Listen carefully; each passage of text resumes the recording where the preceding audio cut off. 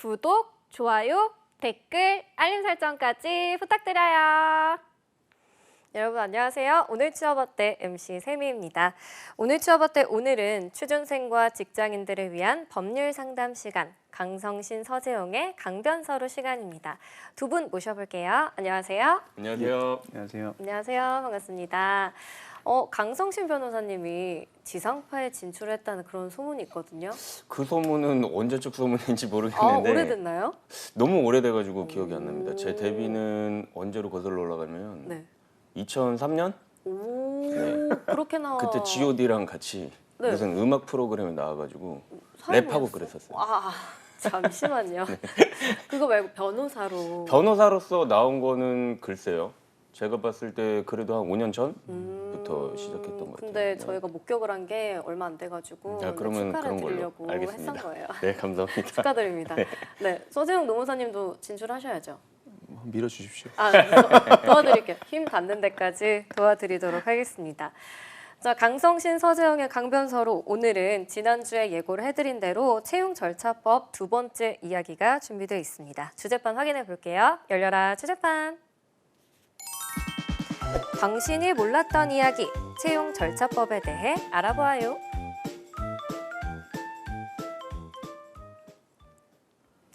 자, 지난 시간에는 저희가 채용 절차법 가운데서 거짓 채용 광고 금지, 채용 광고 내용 변경 금지, 채용 후 광고 제시 근로 조건의 불리한 변경, 채용 강요 금지 이렇게 4개의 조항에 대해서 알아봤는데 채용 절차법을 얘기할 때 중요한 포인트가 있다면서요?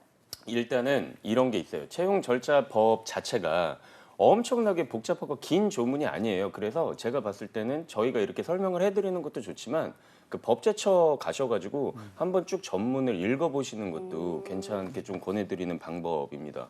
네. 직접 한번 읽어봐야 더 이해가 잘 되나요? 네, 사실 그게 엄청나게 복잡한 법률이면은 일반인들이 받아들이기 좀 어려울 수도 있는데 그렇게 길지 않고 그냥 우리 구직자들이 봤을 때 이런 거는 채용절차법에 반하네 라는 지식만 좀 대충이라도 알고 들어가는 것과 모르고 들어가는 건 좀 차이가 있기 때문에 한번 전문을 한번 읽어보시는 게 괜찮을 것 같아요. 법조인이 아니더라도 이해할 수 있는 내용들로 쓰여 있는 것 같은데 근로계약을 체결하기 전에는 이 채용 절차법에 위배되는 사항이 없는지 직접 2번, 3번 확인을 해봐야 될 텐데요. 오늘도 다양한 이 채용 절차법의 조항들이 준비가 되어 있죠? 네. 지난주에 채용 광고 전 단계에 있는 채용 광고 단계에서 채용 강요 등의 금지 이런 거를 했다면 이번에 응시나 접수 단계에서 적용되는 출신 지역 등 개인정보 요구 금지, 채용 심사 비용 부담 금지, 이런 것들 아니면 서류 반환 관련된 내용들을 오늘 조금 다뤄볼 예정이고 그리고 조금 보니까 저희가 여러분들이 알고 계셔야 될 게 채용 절차법은 말 그대로 채용 절차에 관한 법이기 때문에 근로계약이 체결된 이후에는 적용되지 않는다는 사실도 조금 알고 계시면 좋을 것 같아요. 계약서 작성 전에 그 일들에 네네. 관한 법이기 때문이죠. 자, 그럼 저희가 하나하나 자세히 알아보도록 하겠습니다. 우선은 채용 절차법 가운데서 개인정보 요구 금지인데요. 어떤 내용들이죠? 그 제가 말씀드렸다시피 채용 절차법에 어떤 내용이 있는지 한번 읽어드릴게요.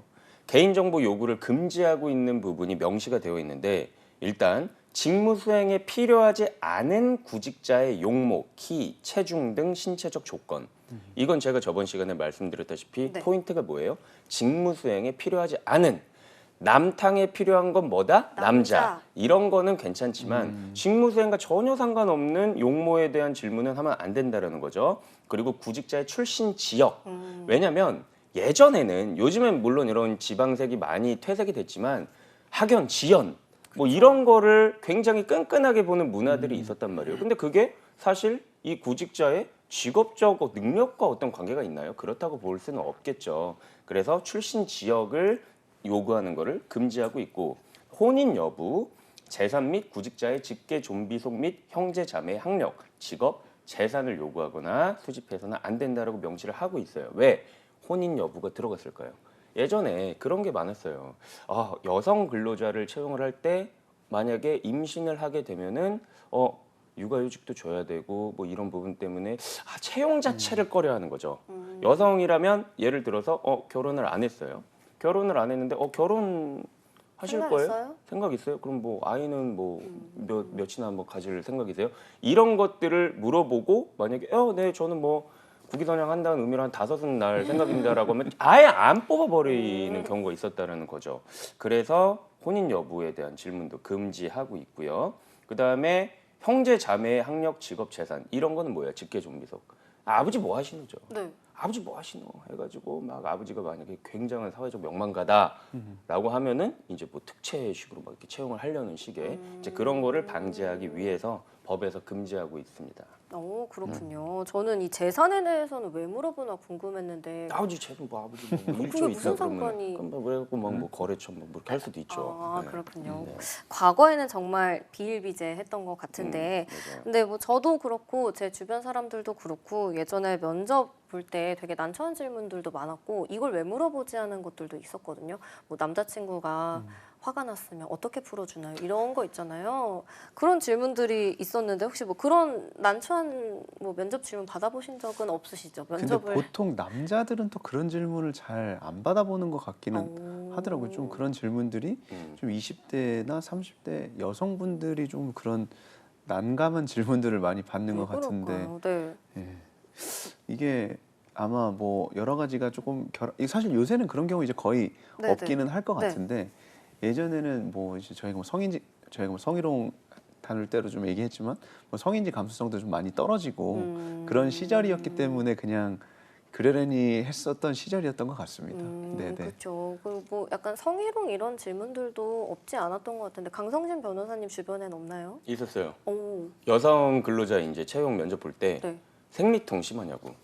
생리 휴가를 쓸까봐. 네, 생리통이 심하냐. 그리고 뭐 예를 들어서 생리 휴가는 법에서 정해지고 있는 거기 때문에 네. 한 달에 한 번 이제 쓸 수가 있겠죠. 네. 근데 그거와 좀 별개로 통증이 좀 이제 심한 여성들이 있잖아요. 맞아요.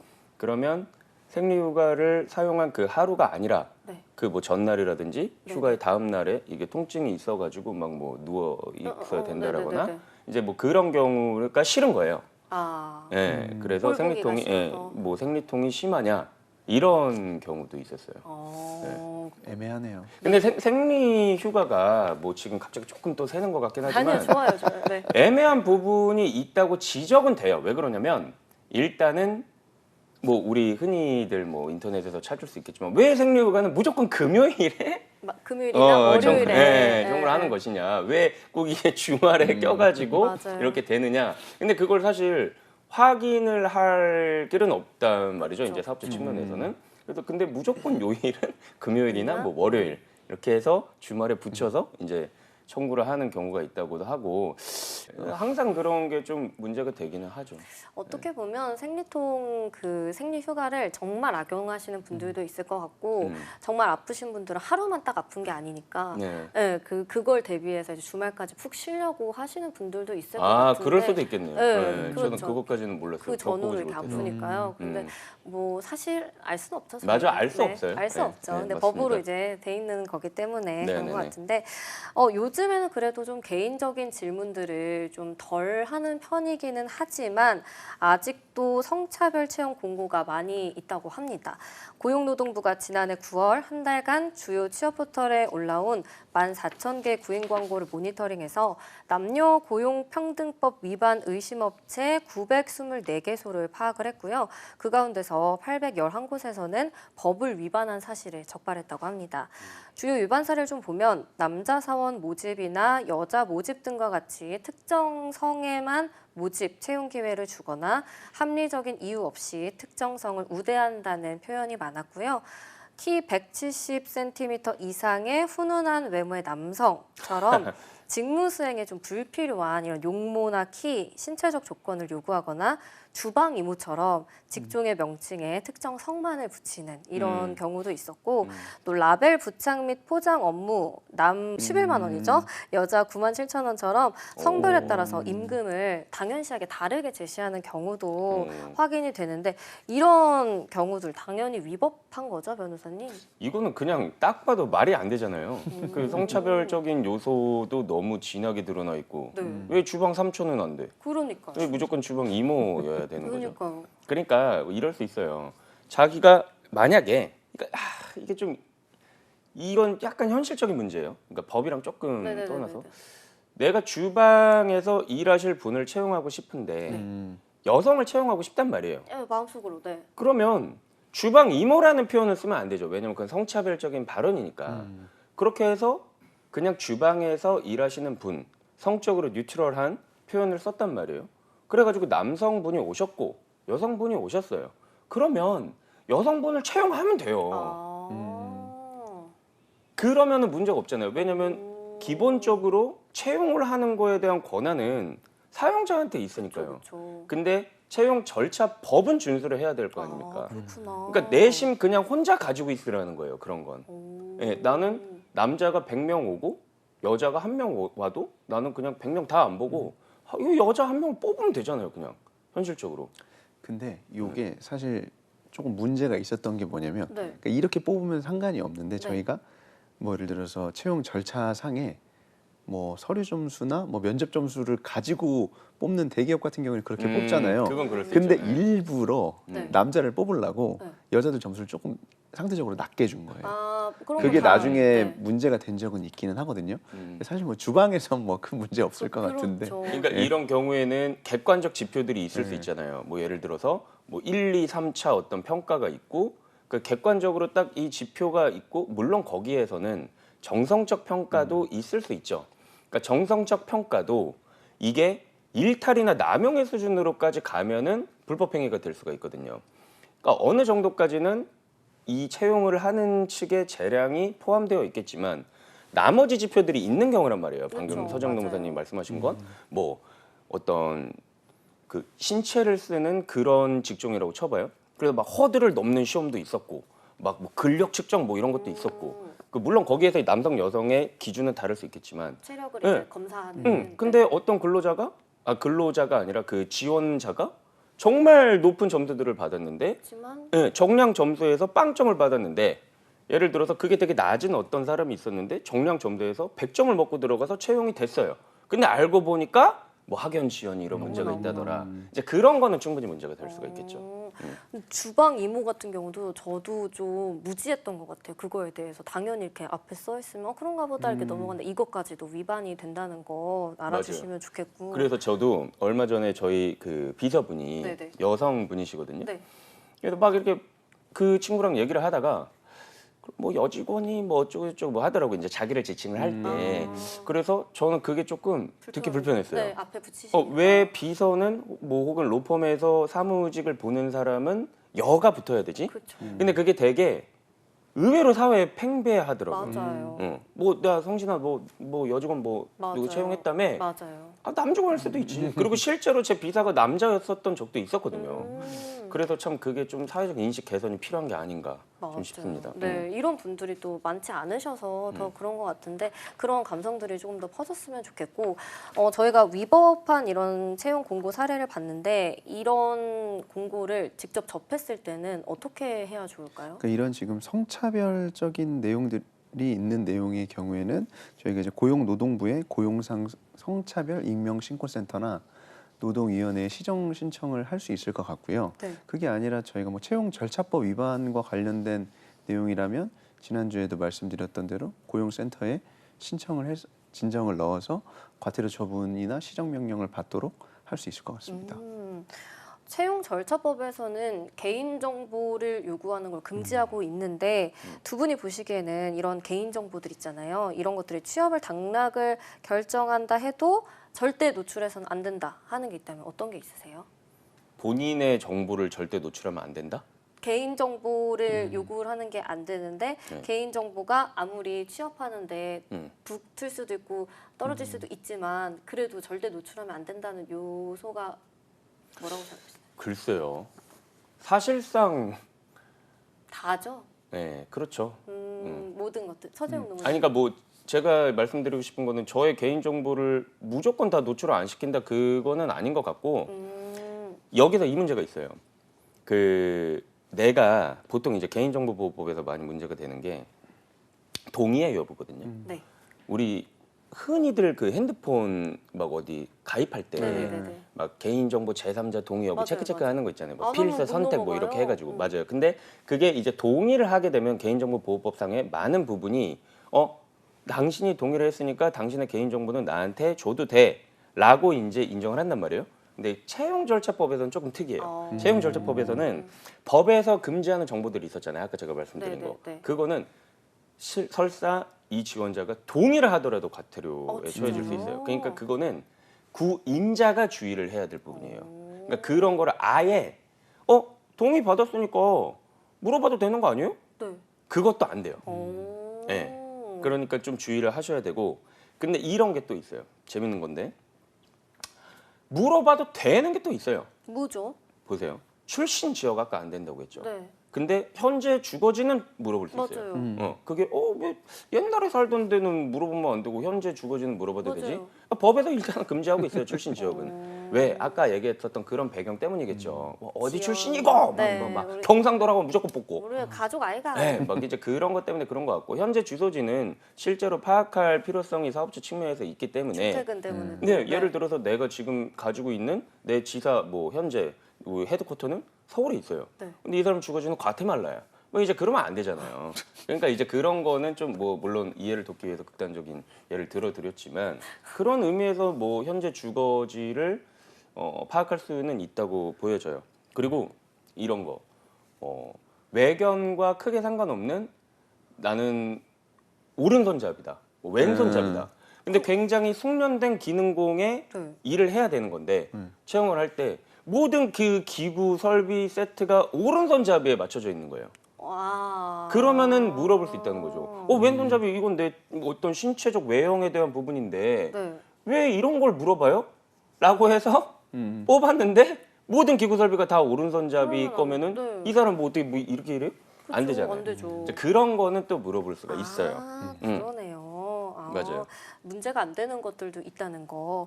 자, 근데 외국에서는 이력서에 사진을 붙이는 것도 불법이다 이런 얘기가 있던데 우리나라에서는 여전히 많은 기업, 거의 모든 그쵸. 기업에서 이력서에 사진을 붙이도록 하잖아요. 이 부분에 대해서는 어떻게 생각하시나요? 네.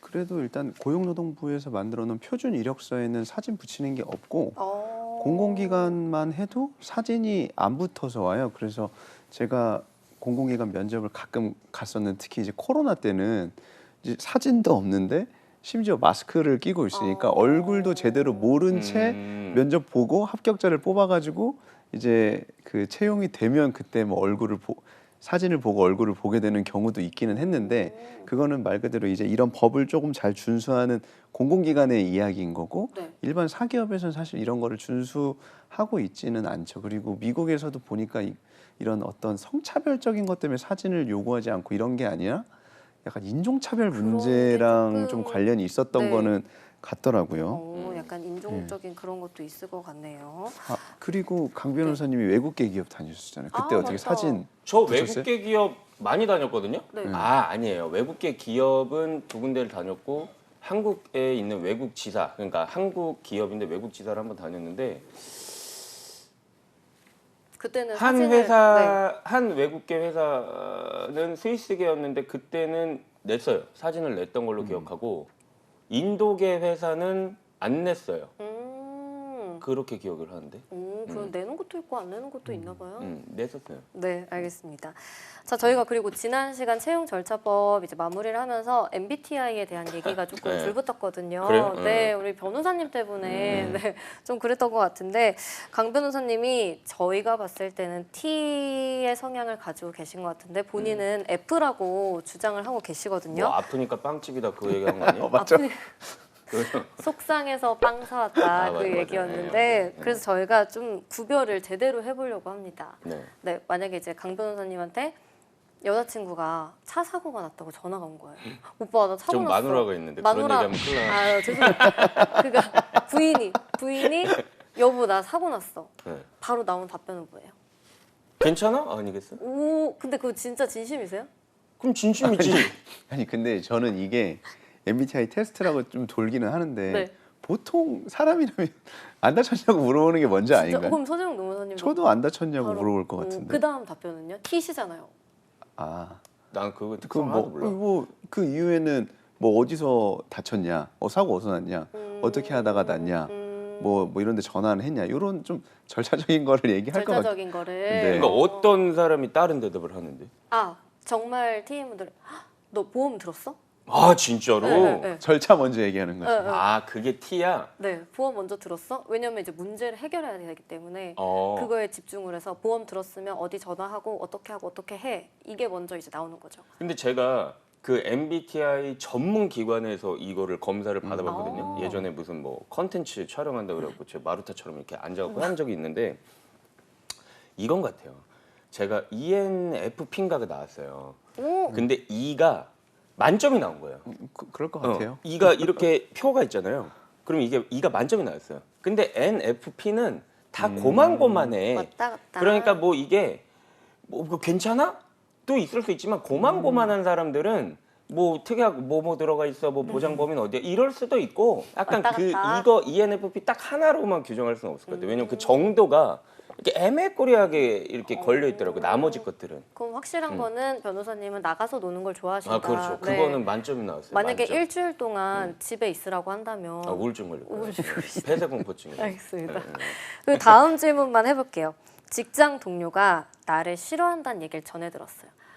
그러니까 이제 사업주가 아니시고 이제 그냥 뭐 이제 아, 근로자들끼리 사원이신데 왕따 막 네, 이런 거? 이제 제가 말하죠. 아니 근데 서재웅이 또 안 좋아하더라.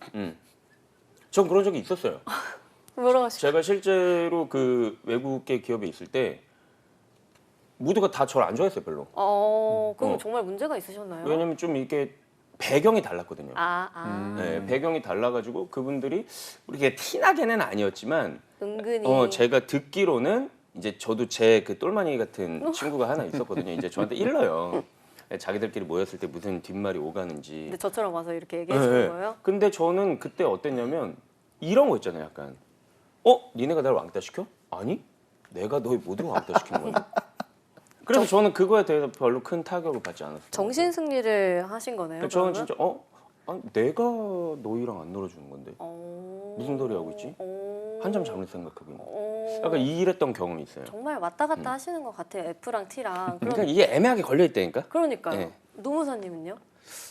뭐 사실 별 생각 안 들 것 같기는 한데 상처받지 않아요? 야, 근데 이게 강성신 그걸 이유가 그렇게 하고 것 다니더라 같아요. 이러면 이게 저도 막 친하다고 생각 안 하는 사람이 뭐 그런 얘기하면 진짜 신경 안 쓸 것 같은데 저는 진짜 친하다고 생각하고 내가 좋아하는 영혼의 단짝이라고 생각하고 있었는데 완전 뒤에서 그렇게 까고 다니고 나 너무 싫다. 네. 내 옆에 있는 것도 싫은데 왜 자꾸 친한 척하면서 들러붙는지 모르겠다. 오, 참 이런 잘했다. 게 있다고 하면 진짜 좀 상처받을 것 같아요. 그럼 그거에 답변은요? 답변? 네, 강성신 변호사님. 강성신이 니 욕 그렇게 많이 하고 다니고 너 그 막 옆에 없어졌으면 좋겠대. 이렇게 얘기하면 대박이겠다. 걔는 내 영혼의 단짝이 아닌데? 아 내가 먼저 손절?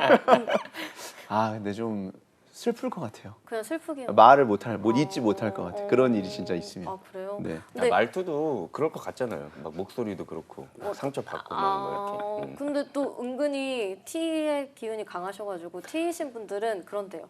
왜? 왜 싫어하는데? 그러니까 이유를 알고 싶어. 이유가 뭔데? 이러고 저는 극 F인데 내가 뭐 잘못했나? 약간 이렇게 되거든요, 좀. 모르겠어요. 제가 조심스럽지만 저는 그걸 다 엉터리 방터리라고 생각합니다. 그런 NFPI? MBTI 뭐 이런 거를 어떻게 그거를 몇 가지 유형으로 이 수많은 인구 70억, 80억을 다 분류를 할 수 있겠어요? 근데 제가 네. 강성신 변호사님의 MBTI는 잘 모르겠지만 네. 보통 저렇게 말하는 사람들은 다 T더라고요.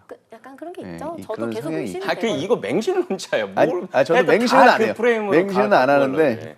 약간 그런 느낌이 조금 약간 짙게 느껴지는데 아니라고 하시니까 넘어가도록 하겠습니다. 네. 그래서 이게 MBTI가 근데 진짜 맹신하는 분들도 있을 정도로 되게 유행하잖아요. 그러니까 맞아요. 이게 채용 절차에서 나온다라는 게 저는 쉽게 수긍하기 어려워요. 아, 예를 들어서 그래요? 당신의 MBTI가 뭐예요? 저 ENFP인데요. 그리고 딱 ENFP를 딱 분류를 해. 네. 그래가지고 내가 맡겨야 될 업무는 ENTP에 맞는 업무인데 그리고 얘를 그냥 채용을 안 해.